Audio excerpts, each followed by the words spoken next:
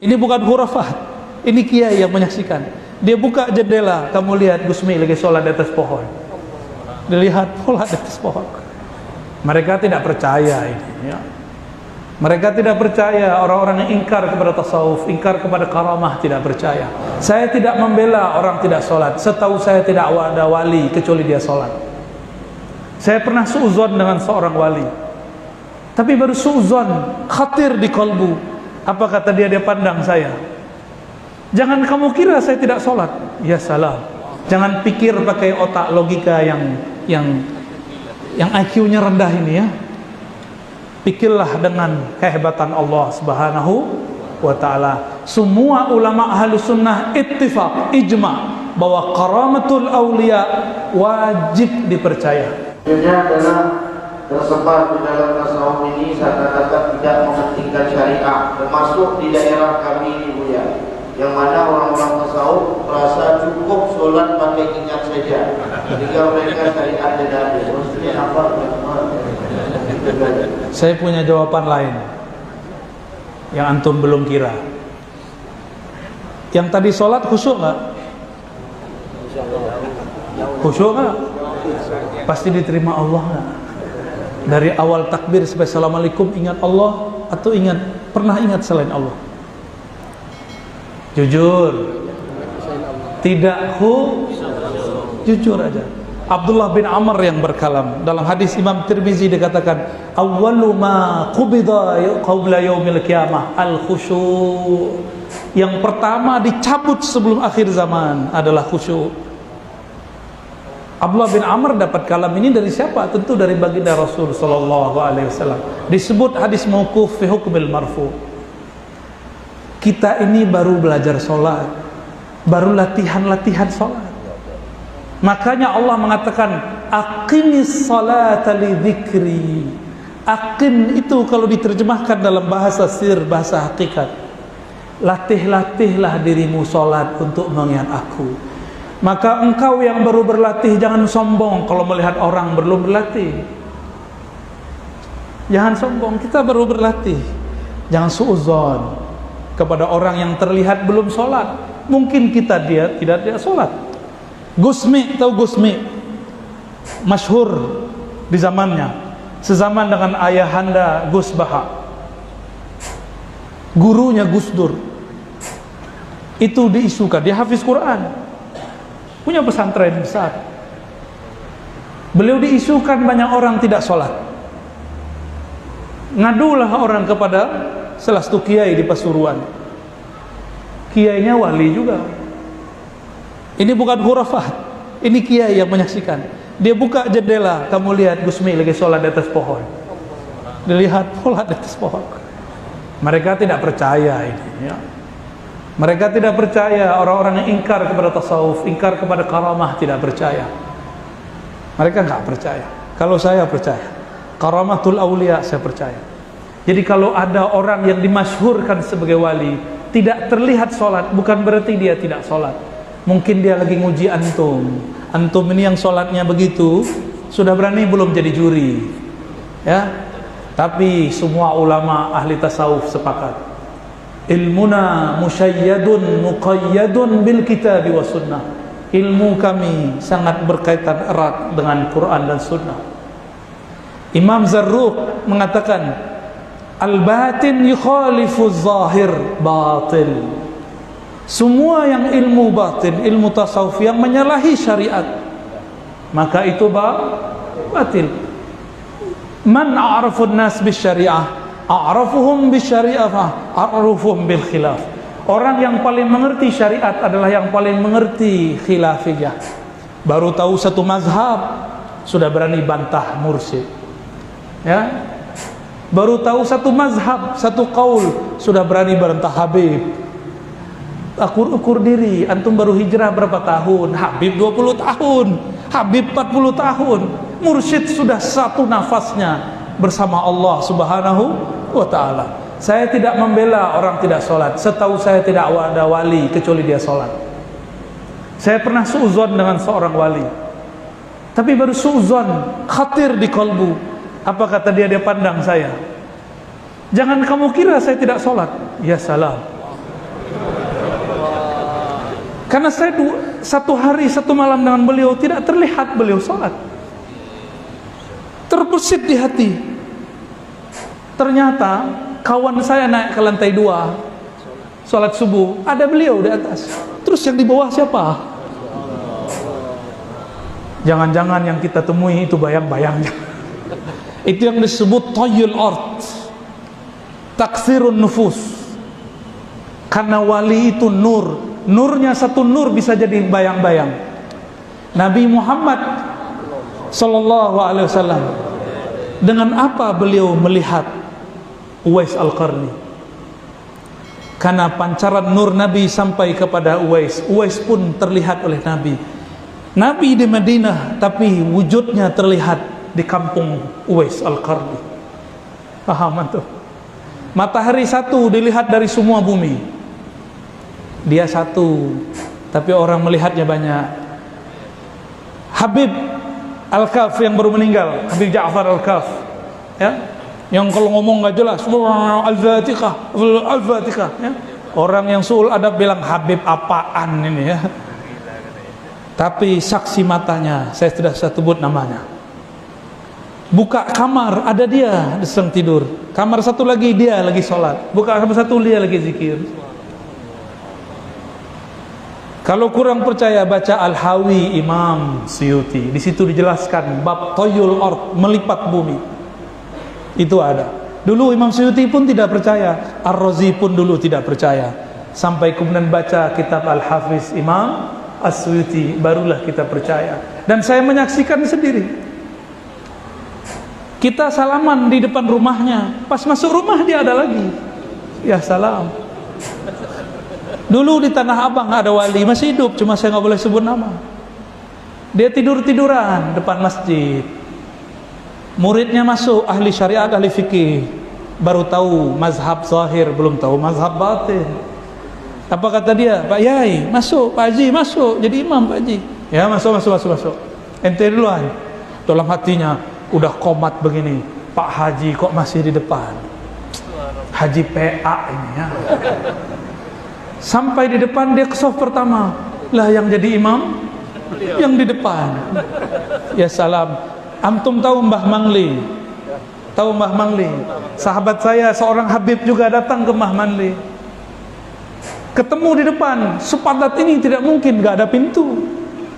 Ketika dia sampai di depan, lah Mbah Mangli ada di depan. Namanya karamatul aulia. Karamah wali itu gampang, jangankan itu.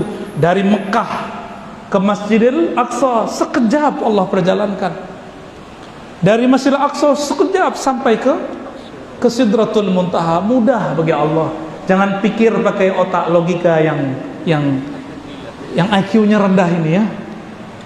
Pikirlah dengan kehebatan Allah Subhanahu wa taala. Semua ulama ahli sunnah ittifaq, ijma bahwa karamatul aulia wajib dipercaya. Ya, dan tidak ada wali kecuali dia zikrullah, kecuali dia salat. Cuma mata kita mungkin lihat tidak. Wallahu a'lam bishawab. Khalas?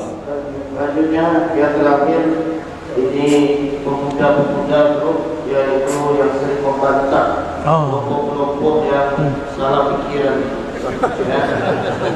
Bagaimana cara mereka nasihat untuk berjuang aswaja ini ya, untuk masa depan mereka. Mari sama-sama kita dengarkan nasihat beliau untuk kita dalam akidah Ahlussunnah wal Jamaah, Asy'ariyah, Maturidiyah. Sampai selesai sampai di sini, mudah-mudahan beliau sehat walafiat. Ada dua jawabannya. Ya. Pertama, untuk yang punya kemahiran dalam ilmu akidah, ilmu fikih, ilmu tasawuf, mengerti hujjah, maka ikuti manhaj Imam Al-Baqillani. Al-Imam Al-Baqillani diprotes oleh sebagian ahli hadis. Beliau ahli hadis. Apa kata sebagian ahli hadis? Kenapa engkau sibuk mengatakan, mengalamkan, merat, mengkritisi kelompok ahli bid'ah? Nanti engkau akan ikut membicarakan bid'ah mereka. Uskut, diamlah engkau. Apa jawaban Imam Al-Baqillani? Baqillani ini murid dari Bahili, murid dari Ibnu Mujahid. Mereka berdua murid daripada Imam Asy'ari. Imam Asy'ari berguru kepada Zakaria As-Saji. As-Saji berguru kepada Ahmad bin Hanbal. Baqillani bawa cerita Ahmad bin Hanbal. Apa kata beliau? Apakah kamu wahai ahli hadis ingin mengalami yang dialami oleh imam kita Ahmad bin Hanbal waktu di Baghdad? Beliau lagi di Baghdad. Maksud engkau apa? Imam Ahmad ditanya mengenai suatu perkara, jawabannya la. Diam, la adri, la adri, la adri, la adri. Akhirnya beliau disiksa, masuk penjara. Padahal beliau bisa jawab. Beliau memahami pesan Imam Syafi'i, tapi terjemahannya ala Imam Ahmad. Imam Syafi'i pernah berkirim surat ke Imam Ahmad. Apa kata Imam Syafi'i? Sebelum beliau wafat tahun 204 Hijriah. Kejadiannya 15-14 tahun setelah beliau berkirim surat. Ya Aba Abdullah Ahmad bin Hanbal, Rasulullah menemuiku, mengunjungiku dalam mimpiku, sekedar menyampaikan salam kepada engkau. Rasulullah berpesan, isbir ala mihnatil Quran. Bersabarlah engkau janti jika ada perseteruan, perdebatan mengenai hakikat Quran, makhluk atau tidak makhluk. Pemahaman Imam Ahmad, sabar itu diam. Tapi Imam Ahmad punya kawan namanya Al-Karabisi, sabar itu harus jawab. Imam Ahmad akhirnya disiksa oleh Khalifah Al-Ma'mun, oleh Khalifah Al-Mutawakkil, oleh bukan Mutawakkil, Al-Mu'tasim, lalu Khalifah Al-Wathiq. 3 khalifah menyiksa beliau. Imam Ahmad itu pakai sarung. Algojonya sangat kurang ajar kepada ulama. Imam Ahmad sedang disiksa, lalu ingin dipermalukan di depan semua narapidana. Sarungnya dicopot. Untung kainnya agak panjang di atas. Maka beliau berkalam, ya Allah, sarung ini makhlukmu, izinkan aku memerintahkannya. Wa izari, ya izari, wahai sarungku, tutuplah auratku. Tiba-tiba auratnya menutup sampai kiamat, tidak pernah lagi terbuka di depan musuh-musuh Allah. Karamah Imam Ahmad. Beliau tidak pernah jawab. Karena beliau tidak pernah jawab, tidak pernah komentar, akhirnya beliau kalah. Imam Baqillani mengambil pelajaran besar. Jika kiai-kiai ulama habaib pengecut diam, tidak mau membahas sunnah dan bid'ah, tidak mau mengantar orang-orang yang suka membid'ahkan kita, siap-siap nanti masjid kita digusur, masjid kita hilang, bangunannya ada, itu masjidnya hilang. Mau? Maka kuatkan guru-guru kita, Habib, Syekh, Kiai, Tuan Guru, tolong jawab persoalan ini, jangan diamkan. Tidak usah takut. Saya dulu masih separuh-separuh. Sampai tahun 2017 kaki saya masih 2. Nggak enak, nggak mau ribut. Saya kira persoalan selesai kalau ditulis, ditaruh di web. Enggak. Tulis buku selesai, tidak. Ternyata harus idfa billati hiya ahsan. Harus ada aktivitas idfa. Idfa itu aktivitas yang sangat gesit. Tidak boleh nunggu ada orang nanya. Kita yang datang kepada mereka, kita mulai duluan diskusi. Kalau perlu mulai duluan debat. Cuma saya sudah belajar tasawuf, tidak hobi debat. Maka orang-orang yang berdebat, tolong jangan gunakan kata guguk, kata anjing, kata kambing. Debat-debat aja. Saya sudah coba mendebat mereka dengan 1000 dalil, 100 hujjah. Mereka tidak terima. Ini mubalaghah ya, menunjukkan taksir. Karena kita bukan ustadznya, kita tidak akan diterima. Meskipun yang saya bacakan Quran nomor sekian, ayat sekian, hadis Sahih Bukhari Muslim bab sekian, tidak terima.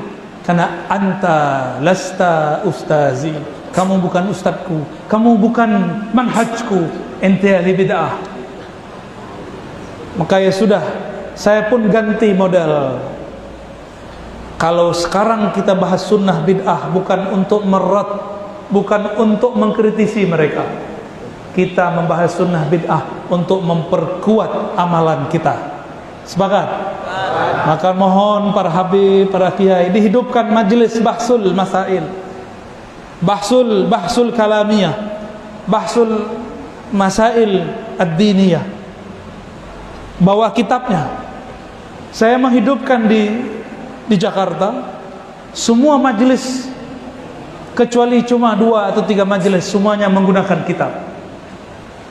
Semuanya menggunakan kitab. Maka kita buat kitab Sahih Bukhari, Sahih Muslim, kita buat kajian itu. Maka saya berharap para masyayikh menciptakan suasana ngaji kitab, ya. Semoga guru-guru kita cepat meresponnya.